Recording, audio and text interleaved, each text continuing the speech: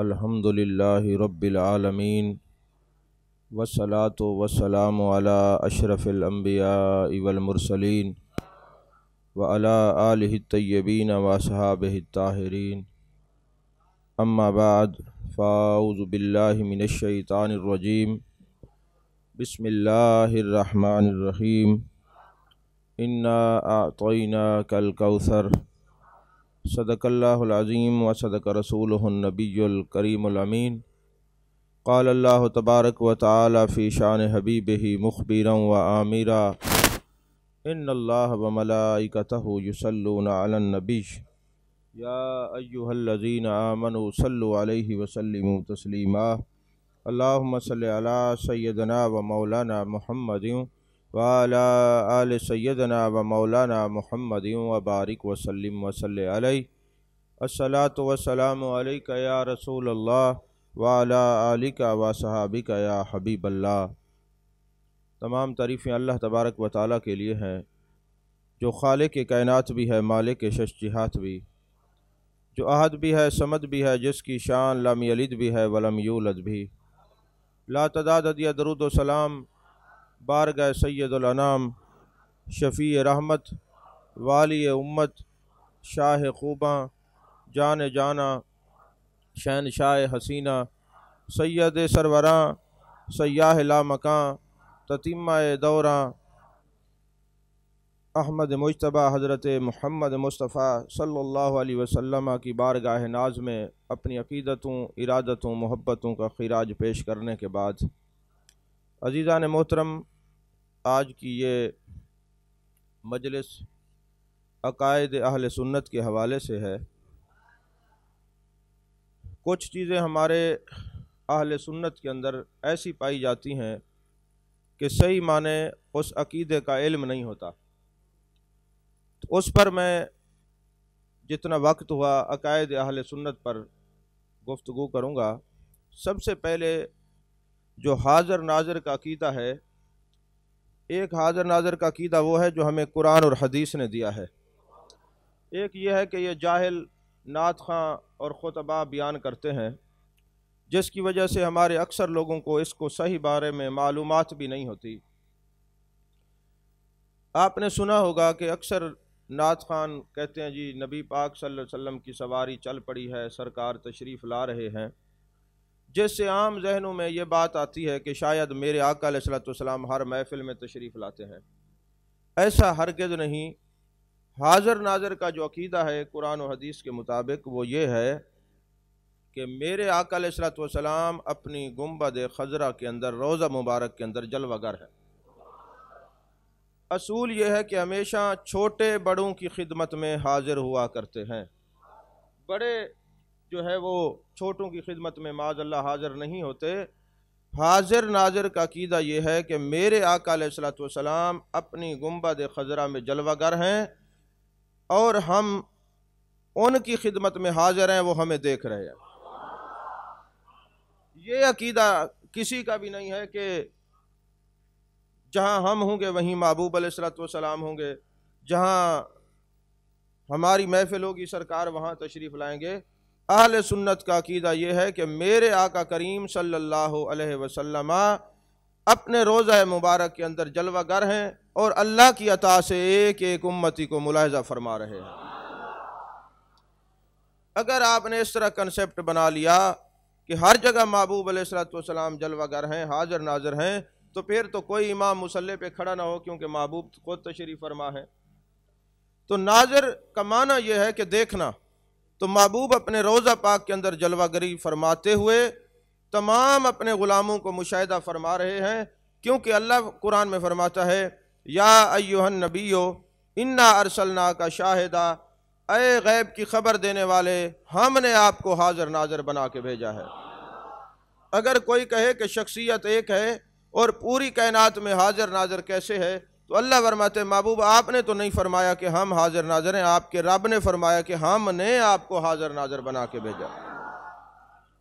پہلے تو یہ اپنی جو اصطلاحات ہیں ذہنی، اس کو درست فرما لیجئے کہ میرے آقا علیہ السلام اپنے روضہ منورہ مقدسہ مطہرہ کے اندر جلوہ گر ہیں اور ایک ایک امتی کو مشاہدہ فرما رہے ہیں۔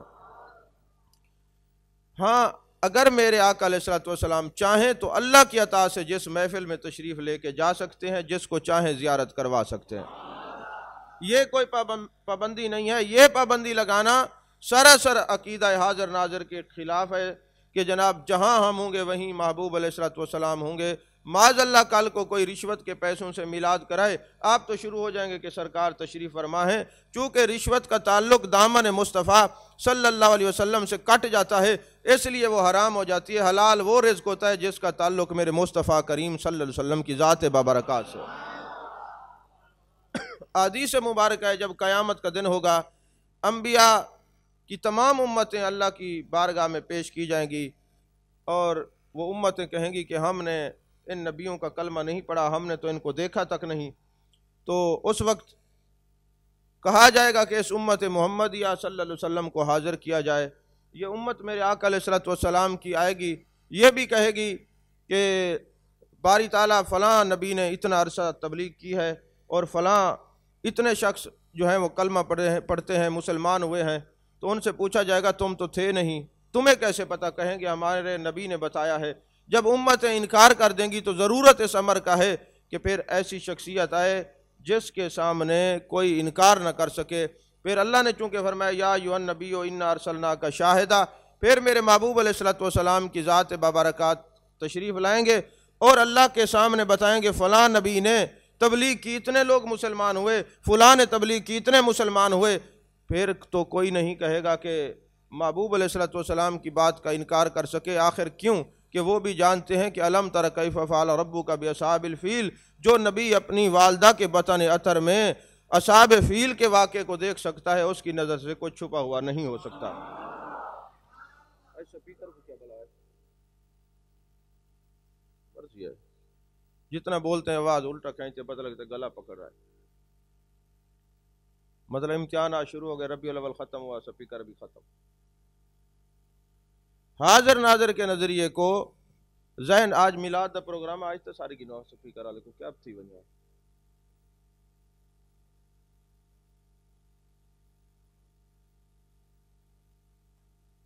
ایک دفعہ درود شریف پڑھیں۔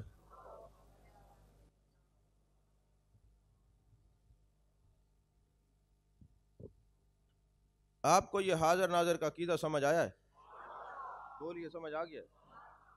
کیونکہ کچھ سپیکر ایسا ہے، کچھ آپ لوگ سو رہے ہیں، کس کا شکوہ کریں اور کس سے بات کریں؟ اتنا اہم ٹاپک ہے، توجہ سے آپ نہیں سنیں گے، پھر وہی جوہلا نعت خاں کی وہ تعریفیں سن کے آپ سبحان اللہ کہیں گے اور ایمان سے ہاتھ دھو بیٹھیں گے۔ تو یاد رکھیے حاضر ناظر کا عقیدہ ذہن نشین رکھیں، محبوب اپنے گنبد خضرا میں جلوہ گر ہیں، وہیں سے ہر ایک کا مشاہدہ فرما رہے ہیں۔ چاہیں تو اللہ کی عطا سے جہاں دل کرے تشریف لا سکتے ہیں، ایک بات۔ دوسرا علم غیب کی بات ہوتی ہے تو علوم غیبیہ پر ایک بات یاد رکھیں، عالم الغیب صرف اللہ ہے۔ کون ہے؟ بولیے، عالم الغیب صرف اللہ ہے۔ میرے مصطفیٰ کریم صلی اللہ علیہ وسلم مطلع علی الغیب ہیں، یعنی جب اللہ چاہے اپنے نبی کو ضرورت پڑتی ہے اطلاع عطا فرما دیتا ہے۔ اب کب اطلاع فرماتا ہے یہ اللہ جانے یا اس کی مصطفیٰ جانے۔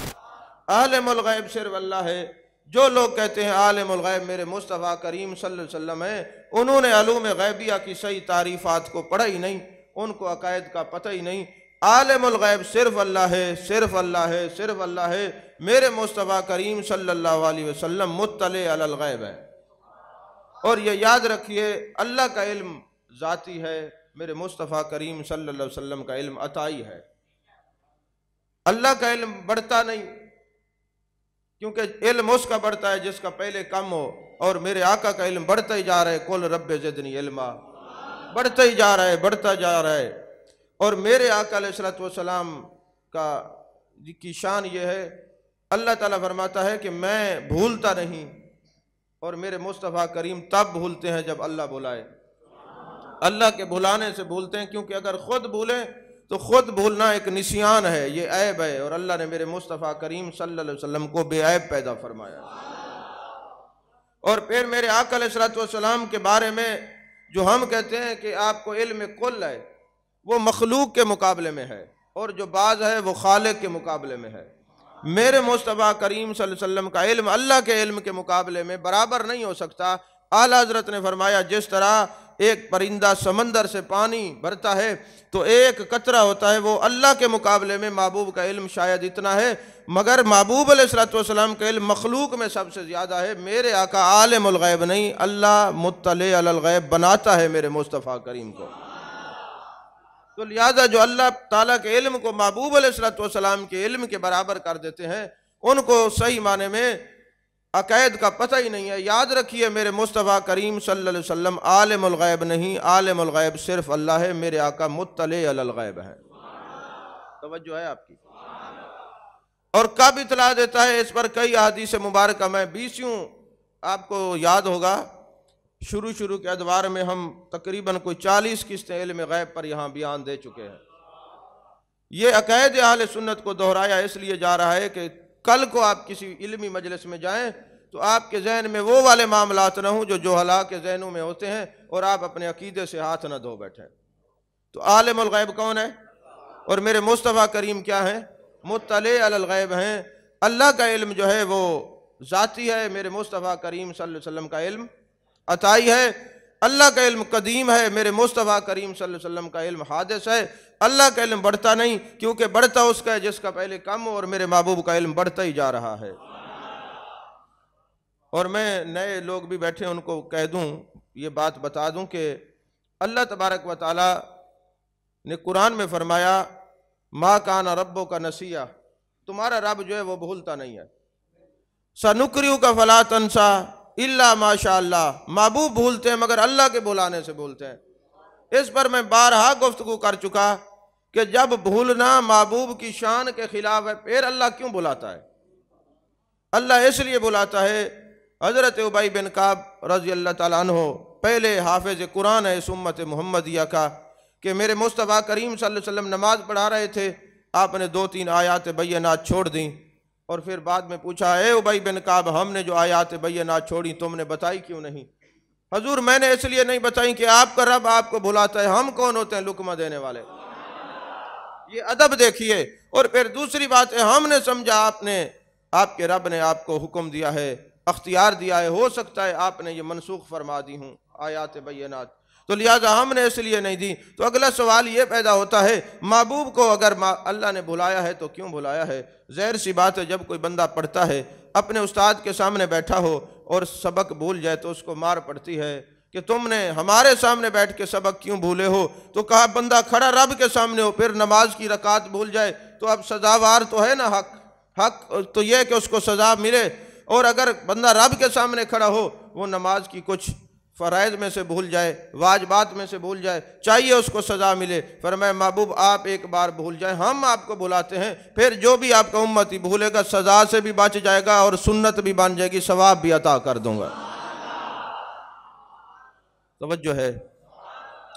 اسی طرح اختیارات مصطفیٰ صلی اللہ علیہ وسلم پر جب ہمارے علماء بات کرتے ہیں تو دوسری طرف سے ایک پرچی آ جاتی ہے یا کمنٹس آ جاتے ہیں کہ یار تم جو اختیارات مصطفیٰ صلی اللہ علیہ وآلہ وسلم کی بات کرتے ہو کہ میرے آقا علیہ الصلوۃ والسلام مختار کل ہیں، تو جب سارے کے سارے اختیارات محبوب علیہ الصلوۃ والسلام کے پاس آ گئے تو پھر اللہ تعالیٰ کے اختیارات کہاں گئے؟ یہاں ایک سوال پیدا ہوتا ہے اور آپ لوگ جواب نہیں دے سکتے۔ یاد رکھیے مختار کل کا معنی یہ نہیں جو دوسروں نے سمجھا ہے، مختار کل کو یوں سمجھیے، 2 مثالیں عرض کر کے آپ کو سمجھاؤں۔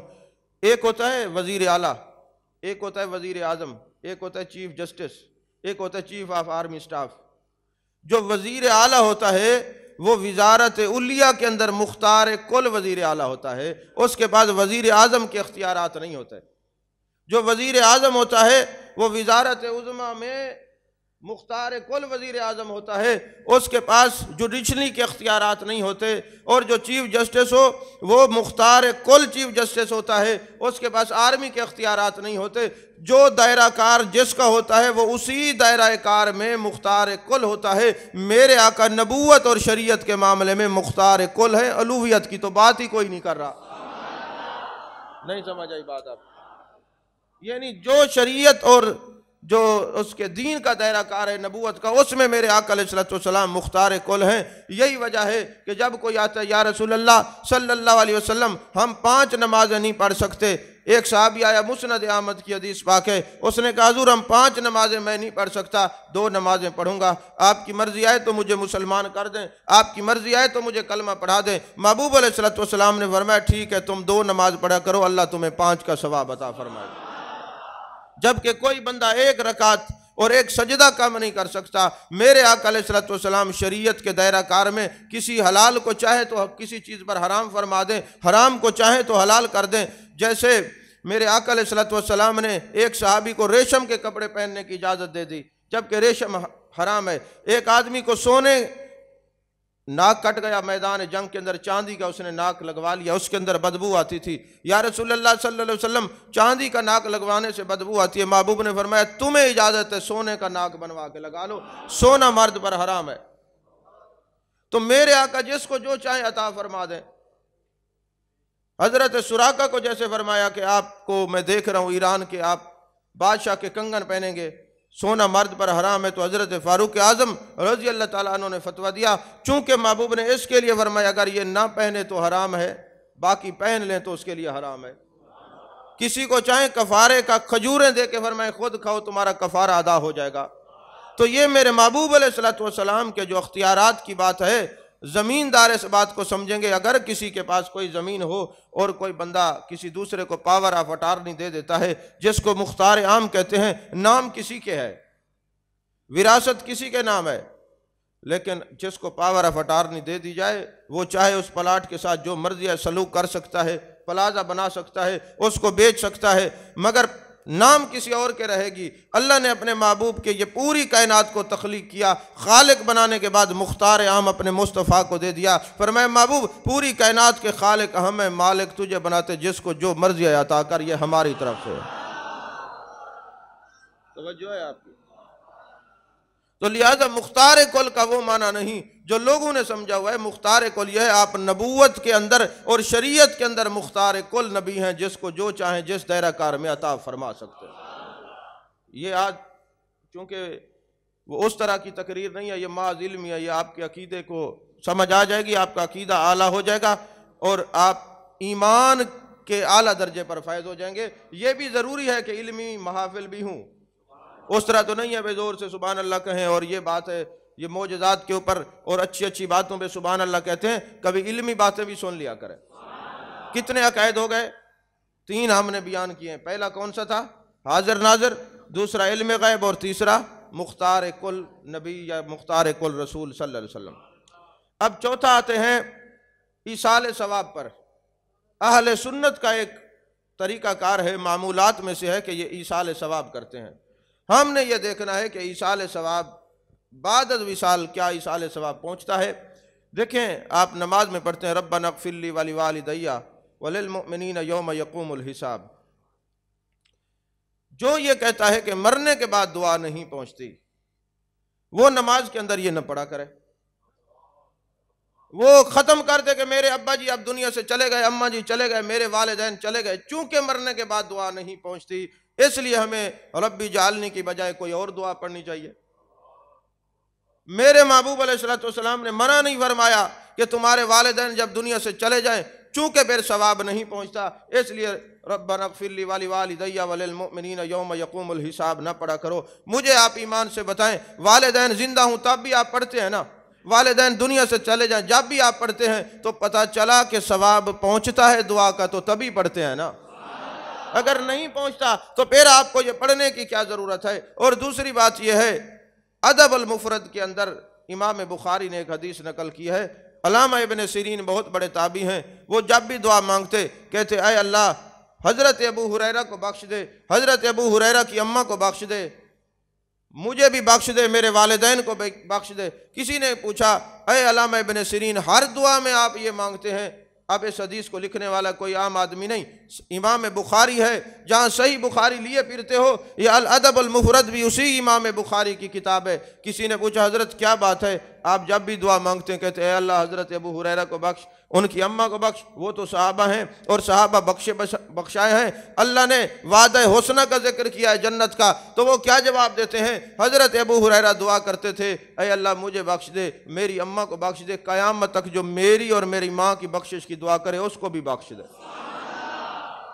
تو اگر بخشش کی دعا نہ پہنچتی تو حضرت ابو ہریرہ وہ صحابی رسول صلی اللہ علیہ وسلم ہیں جنہوں نے ساری زندگی میرے محبوب کی حدیثیں لکھی ہیں، ان کو تو پتہ ہوتا نا۔ اور دوسری بات یہ ہے، میرے آقا علیہ السلام کے غلاموں، بخاری شریف کے اندر یہ حدیث پاک ہے، حضرت سعد رضی اللہ تعالیٰ عنہ میرے آقا کے بڑے پیارے صحابی ہیں، ان کی والدہ دنیا سے چلی گئی، یہ تھے نہیں، جب واپس آئے پتہ چلا اماں جی دنیا سے چلی گئی ہیں، تو میرے آقا علیہ السلام کی بارگاہ میں عرض کرتے ہیں، یا رسول اللہ صلی اللہ علیہ وسلم، ہم نہیں تھے، والدہ دنیا سے چلی گئی، میں چاہتا ہوں کہ ان کے ایصال ثواب کے لیے کچھ کروں، تو میں ثواب پہنچانا چاہتا ہوں، کیا کروں؟ میرے آقا علیہ السلام نے فرمایا، تو مسلمانوں کو ایک کنواں اپنی ماں کے ایصال ثواب کے خرید کے دے دے، اللہ تیری ماں کو ثواب عطا کرے گا۔ اب یہ بخاری شریف کے اندر حدیث پاک ہے، میرے آقا علیہ السلام کو جب وہ حضرت سعد نے کنواں لے کے پیش کیا، میرے آقا تشریف لے گئے، فرمایا ھذا بیر لأم سعد، یہ حضرت سعد کی ماں کا کنواں ہے۔ اب یہاں کتنے مسئلے معلوم ہوتے ہیں؟ پہلا مسئلہ یہ ہے کہ اگر غیر اللہ کا نام آ جائے وہ چیز حرام ہو جاتی ہے، تو میرے مصطفیٰ نے پانی کیوں پیا ہے؟ بولیے نا۔ اور پھر صحابہ کو کیوں پلایا ہے؟ اس سے یہ مسئلہ ہوا کہ اعتراض کرنے والوں کے دماغ میں اختراع ہے، محبوب کی شریعت تو ہمیں سب کچھ سبق دے رہی ہے۔ اور حضرت سعد نے جب کنواں وقف کیا، میرے آقا نے فرمایا ھذا بیر لأم سعد، یہ سعد کی ماں کا کنواں ہے، محبوب نے بھی پانی پیا، اس کے بعد صحابہ نے بھی پانی پیا۔ آج جو اہل سنت میں ختم شریف پڑھا جاتا ہے، سب سے پہلے جو پانی رکھا جاتا ہے، یہ اس لیے ہے کہ میرے آقا کو صدقے میں سب سے زیادہ پانی کا صدقہ پسند ہے۔ کاوڑے بیٹھے ہو؟ خوش تھی کہ ایک دفعہ سبحان اللہ کچھ، مجھے ایسے لگ رہا ہے جیسے میں عقائد بیان کر کے پتہ نہیں کتنی بڑی غلطی کر رہا ہوں، غصے سے مجھے دیکھ رہے ہیں۔ آپ کو کانوں کے چسکے پڑے ہوئے، وہ تقریریں آپ پورا مہینہ سنتے رہے، چلے عقیدہ بھی اپنا اچھا کر لیں۔ اور پھر دوسری بات یہ ہے، میرے آقا علیہ السلام نے ایصال ثواب کا حکم ہر ایک کے لیے نہیں دیا۔ میں اکثر کہا کرتا ہوں، جان کائنات صلی اللہ علیہ وسلم نے فرمایا ثواب کس کو پہنچنا چاہیے؟ ابو داؤد شریف کی حدیث پاک ہے، دو صحابی ہیں، ایک کا نام عمر ہے، ایک کا نام حشام ہے رضی اللہ تعالیٰ عنہ، دونوں صحابی ہیں۔ والد جب دنیا سے جاتا ہے وہ کہتا ہے جب میں دنیا سے چلا جاؤں 100 غلام آزاد کر کے مجھے ثواب پہنچانا۔ مرنے والا مسلمان نہیں، کافر ہے کافر، مگر اس کو یہ یقین ہے کہ ثواب پہنچتا ہے۔ نہیں سمجھے؟ اس کا مطلب ہے ایصال ثواب کا کنسیپٹ اس وقت بھی تھا کہ تبھی تو حکم مل رہا ہے کہ اپنی اولاد کو وصیت کر رہے ہیں کہ میں جب میں مر جاؤں تو میرے لیے 100 غلام آزاد کرنا۔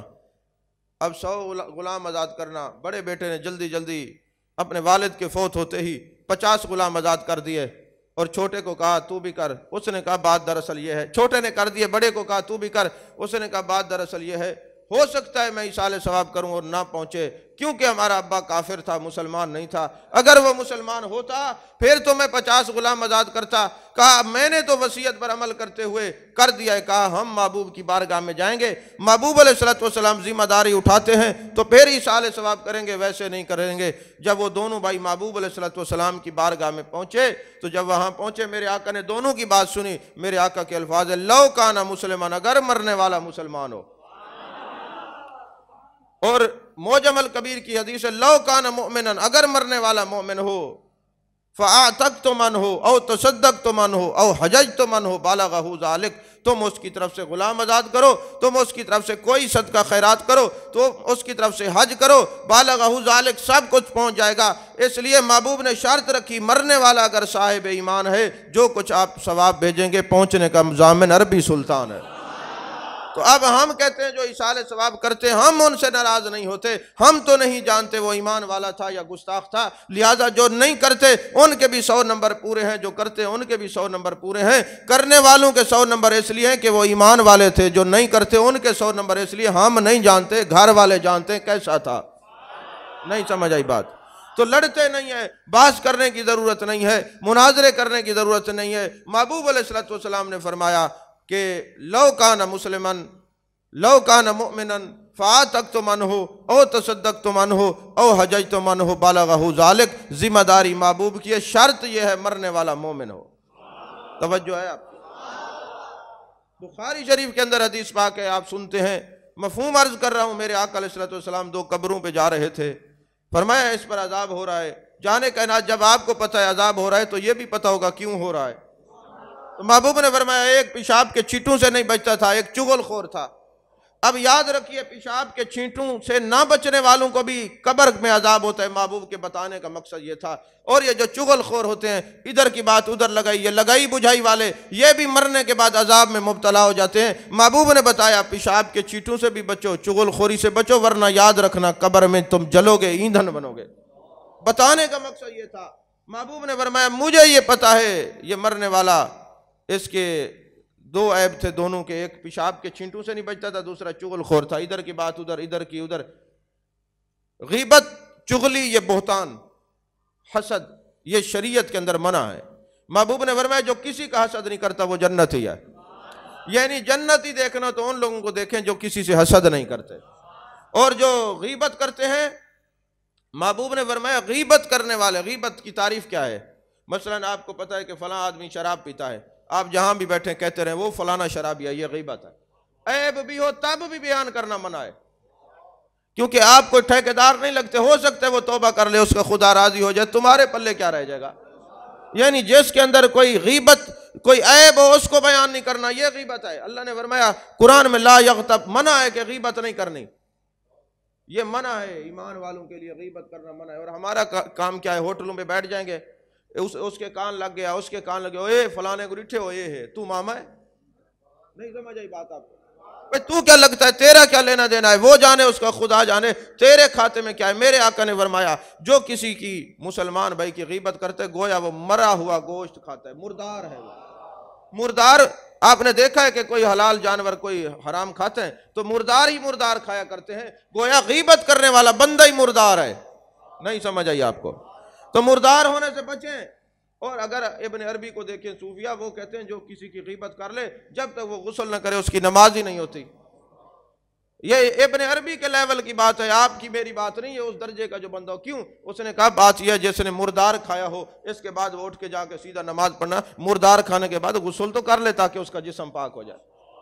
غیبت کرنے والا، حسد کرنے والا، اور بہتان جو ہے اس سے بھی زیادہ سخت ہے۔ یعنی ہم لوگ بیٹھ جاتے ہیں کبھی کسی کے بارے میں، اوے فلانے کو ڈٹھے، فلانا یہ عیب ہے، فلانا یہ عیب ہے۔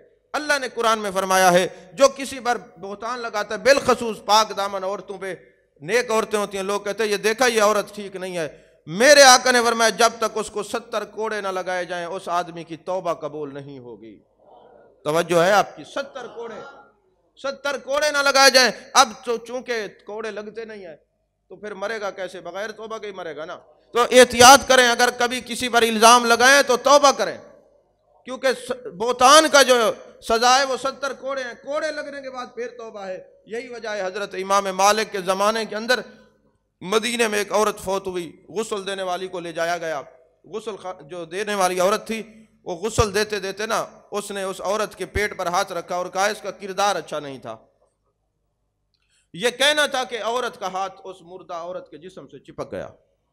زمانہ امام مالک کا ہے، مدینے کے بہت بڑے امام ہیں، ان تک خبر گئی، وقت گزر گیا، کوئی کہتا ہے عورت کا ہاتھ کاٹ دو، کوئی کہتا ہے اس کو بھی ساتھ دفنا دو، کیا کیا جائے؟ امام مالک نے کہا مجھے لے جاؤ۔ حضرت امام مالک آتے ہیں، فرماتے ہیں اس عورت پر کپڑا ڈال دو، پردے کی حالت میں پوچھا یہ بتاؤ تم نے اس مرنے والی پر کوئی بہتان تو نہیں لگایا؟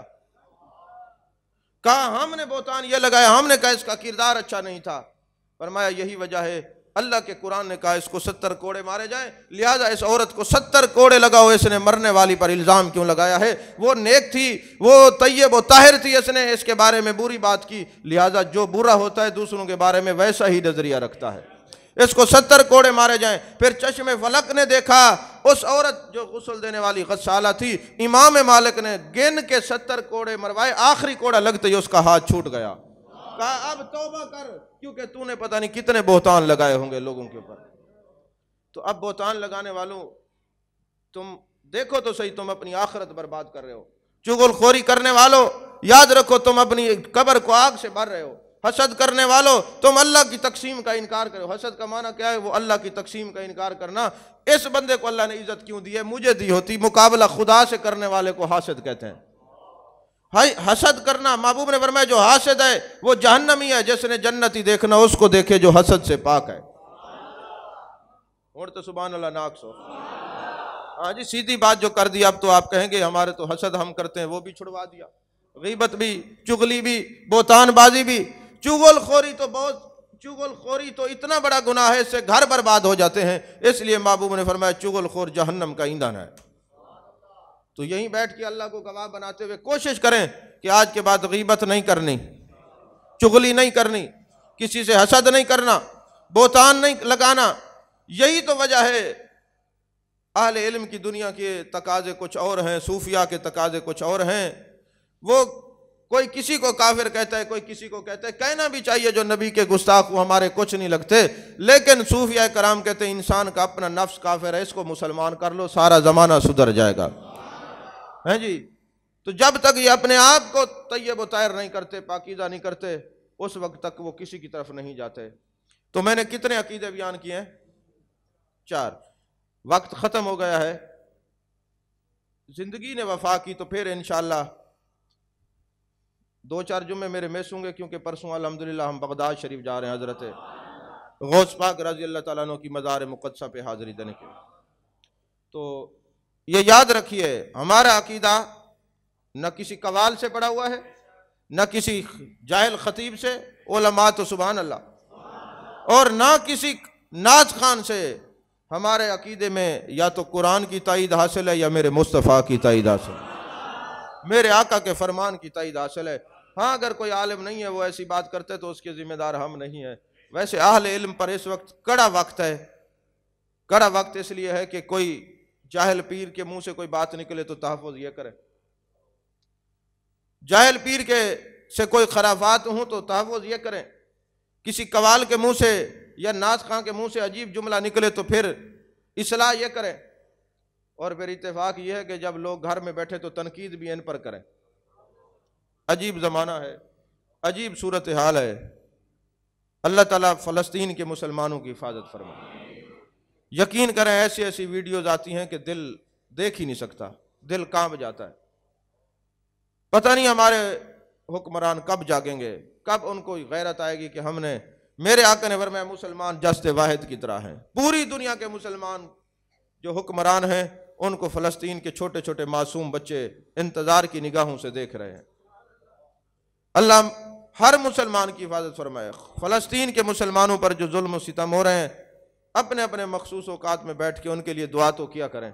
کم از کم قیامت والے دن میرے محبوب علیہ السلام اس بات سے تو خوش ہو جائیں گے کہ میری جو امت ہے ان کے دل تو آپس میں ملے ہوئے تھے، یہ ایک دوسرے کا درد محسوس کرتے تھے، ایک دوسرے کی تکلیفیں محسوس کرتے تھے۔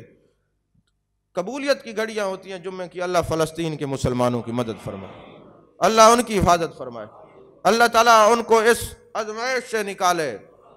یقین کریں گھر کے گھر ویران ہو گئے، بچے قرآن پاک پڑھ رہے ہیں۔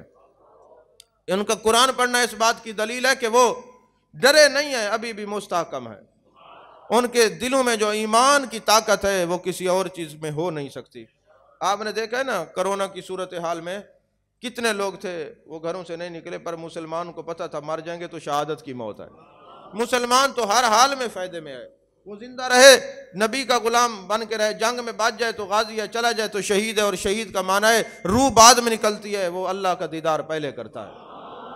بہرحال پھر بھی کچھ بھی ہو، دل سے خون کے آنسو نکلتے، اللہ فلسطین کی مدد فرمائے۔ آمین و آخر دعوانا الحمدللہ رب العالمین۔